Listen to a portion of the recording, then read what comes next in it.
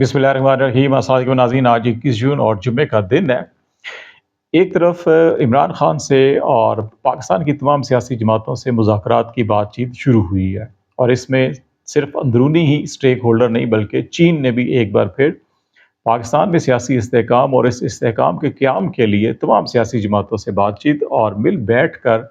Road map बनाने पर जोर दिया है। और दूसरी जानब इस्लामाबाद से निकल कर लाहौर में भी अब फार्म 45 और 47 जो है वो खुलने जा रहे हैं। और इस सिलसिले में जो लाहौर हाई कोर्ट के चीफ जस्टिस ने इलेक्शन ट्रिब्यूनल कायम किए थे, उन्होंने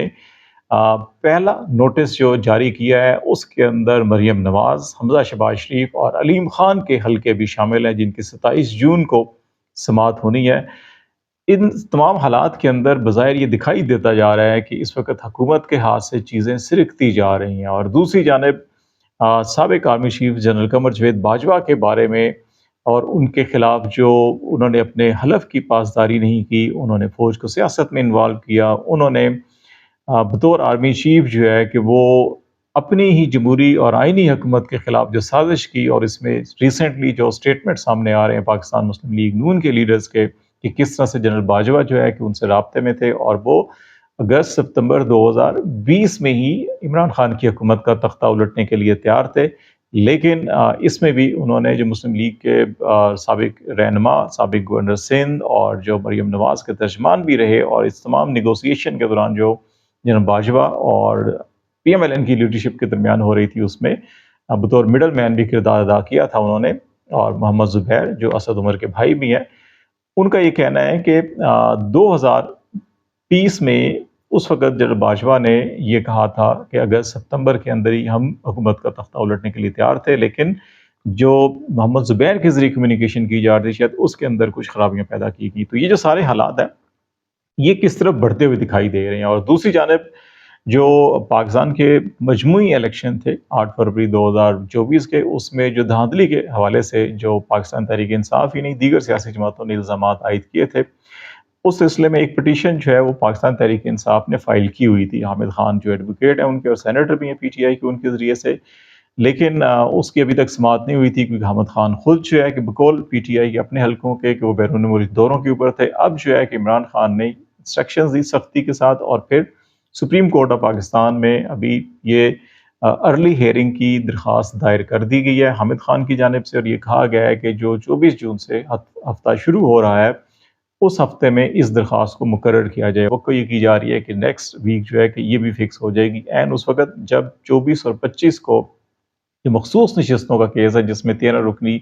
फुल कोर्ट जो है कि समाअत कर रही है, उसकी समाअत भी होनी है। और एक तरफ ये फैसला होना है कि मखसूस नशिस्तें PTI को मिलेंगी, सुन्नी इत्तेहाद कौंसिल को मिलेंगी, या इनको खाली छोड़ दिया जाएगा। क्योंकि जब अब तक जितनी हियरिंग्स हुई हैं उनके अंदर ये असूल अभी तक बज़ाहिर नज़र आ रहा है कि तमाम जजेस, बेशतर जजेस इसके ऊपर इत्तफाक राय रखते हैं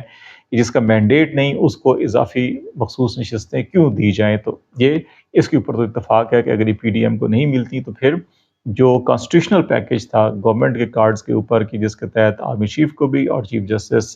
कादी फाइज साहब को भी एक्सटेंशन देना मकसूद था, वो नहीं होता हुआ दिखाई दे रहा है। यही वजह है कि अब जो फार्म 45, 47 और इलेक्शन ट्रिब्यूनल के मसाइल हों या धांधली के मसाइल हों, वो अब खुल के आला अदलिया के अंदर आ रहे हैं, और उस पर जो कोर्ट्स का स्टैंस है वो भी बड़ा वाज़ेह तौर के ऊपर नज़र आ रहा है। एक तरफ इस्लामाबाद में chief justice Islamabad high court जो इस्लामाबाद के अंदर इलेक्शन ट्रिब्यूनल कायम किया गया था एक रिटायर्ड जज का, उसको काम करने से उन्होंने रोक दिया था। और दूसरी तरफ जो तारिक जहांगीरी जिसके ऊपर जो है कि काम ऑलरेडी कर चुके थे, नोटिस तीनों जो नशिस्तें थी इस्लामाबाद की उसके ऊपर जारी किए जा चुके थे कि फार्म 45, 47, 46 लाया जाए, उस पर तमाम फ़रीक़ैन ने दे दिए। लेकिन हुकूमती जीतने वाले उम्मीदवार और इलेक्शन कमीशन उससे जो है गुरेज़ा था, जिसके बाद उन्होंने उसको चैलेंज किया था। उसकी भी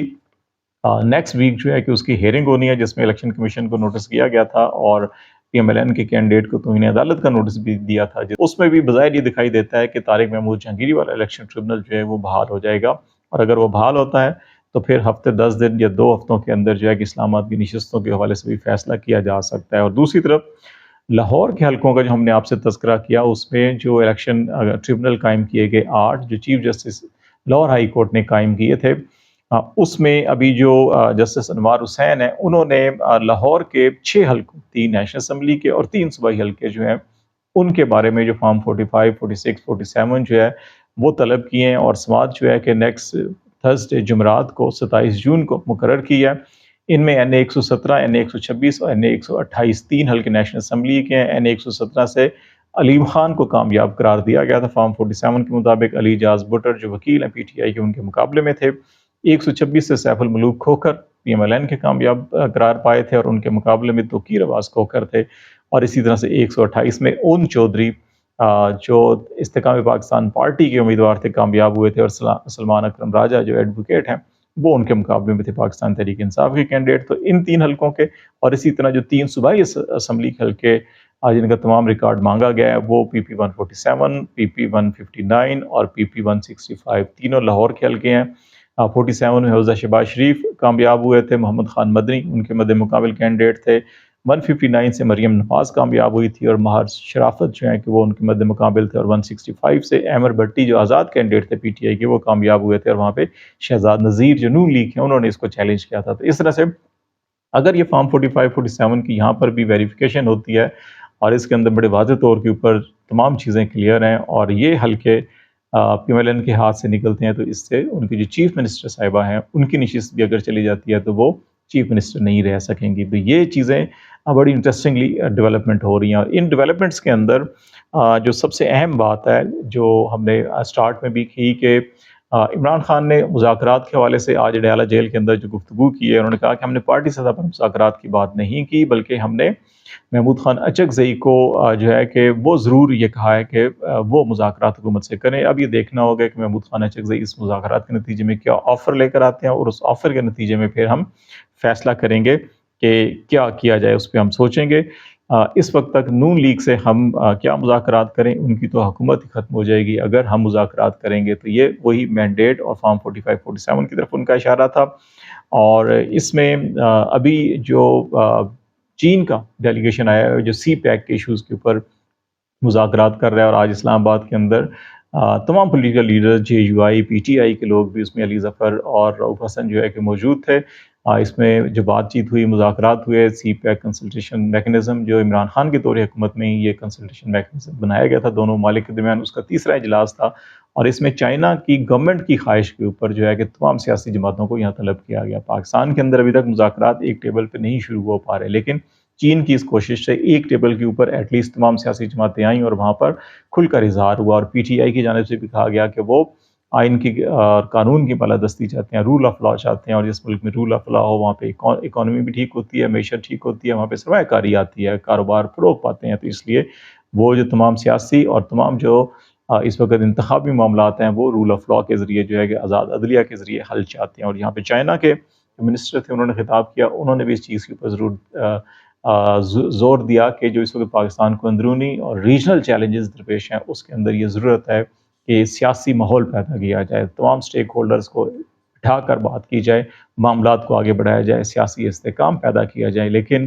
ہماری اطلاعات کے مطابق یہ ایک آفیشیل سٹیٹمنٹ، چائنا کبھی جو ہے انٹرنل پالیٹکس کے اندر کسی ملک کے اندر مداخلت نہیں کرتا، لیکن یہ جو سٹیٹمنٹ ہے، جو بیک ڈور میٹنگز ہوئی ہیں، جو کلوز ڈور میٹنگز ہوئی ہیں، اس کے اندر چائنا مسلسل پاکستان کو میسیج دے رہا ہے کہ آپ اگر چاہتے ہیں کہ تعلقات دو طرفہ بہتر ہوں، معیشت بہتر ہو، تو اس میں جو ہے کہ آپ کو جو سیاسی استحکام ہے وہ اسی وقت آئے گا جب آپ مینڈیٹ کا، عوام کی رائے کا احترام کریں گے، اور سیاسی انتقام جو ہے پاکستان کے اندر ختم ہوگا۔ تو یہ اس وقت بڑی انٹرسٹنگ ڈیولپمنٹ پیدا ہو چکی ہیں، اور یہ ہفتہ اس اعتبار سے بھی بڑا اہم ہے کہ مخصوص نشستوں کا معاملہ،